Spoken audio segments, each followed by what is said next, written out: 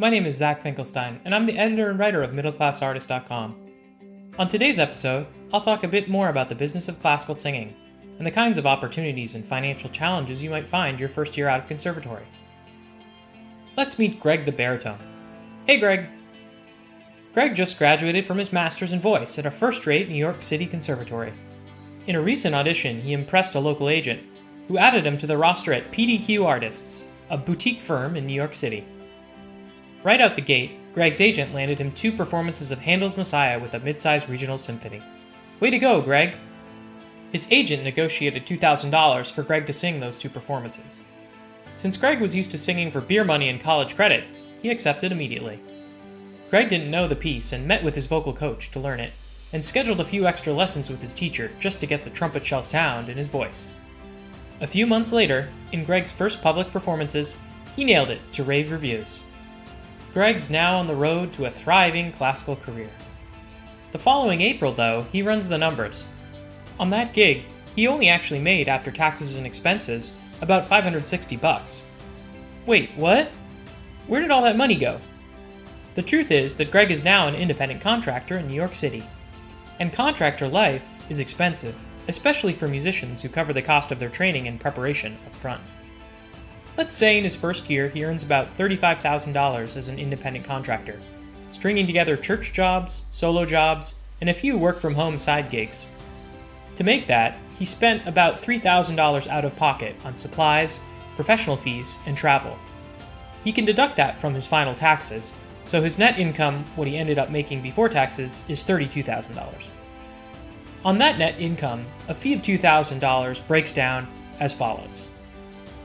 Greg's agent at PDQ Artists takes 20% of his concert work, so $400 off the top. New York City state taxes are notoriously high. Living downtown, he'll pay about 5.5% in state taxes, or $110 off that fee. He also owes a whopping 19.4% in federal taxes. Because Greg is his own employer, he must pay both sides of payroll, the worker and employer share. From his $2,000 fee, he owes the federal government $388. Coachings and voice lessons are critical to success as a classical singer, and especially in New York, they aren't cheap. To learn Messiah, Greg also pays for 3 extra coachings at $100 an hour and 2 extra voice lessons at $120 an hour.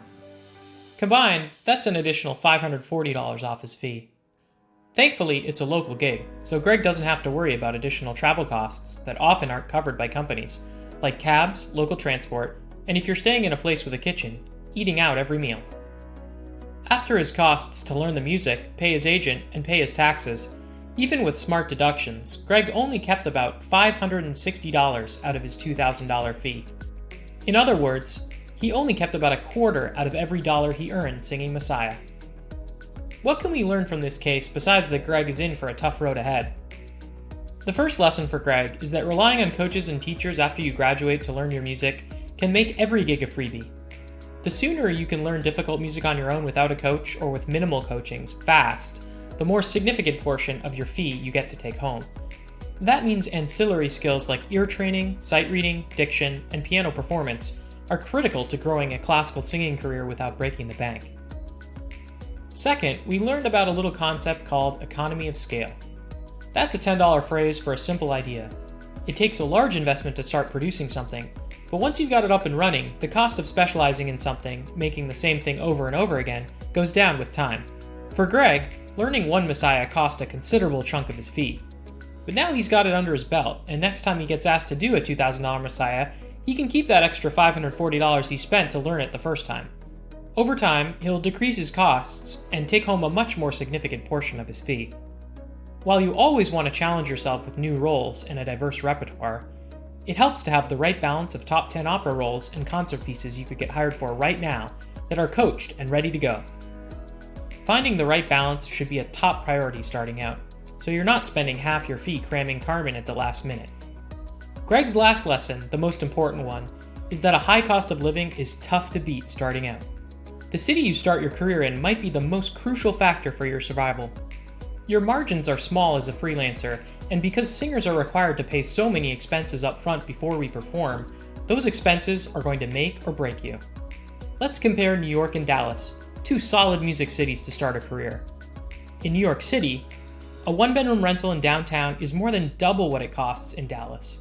Groceries cost 75% more, and a cheap meal out costs about 2/3 more than Dallas. Your critical business expenses starting out, like coachings and lessons, will probably be a lot higher in New York. Not to mention, states like Texas and my home state of Washington have no state income tax at all.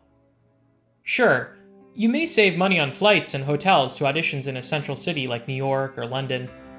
The way things are going, though, in the US classical music business, that's probably going to be less valuable moving forward.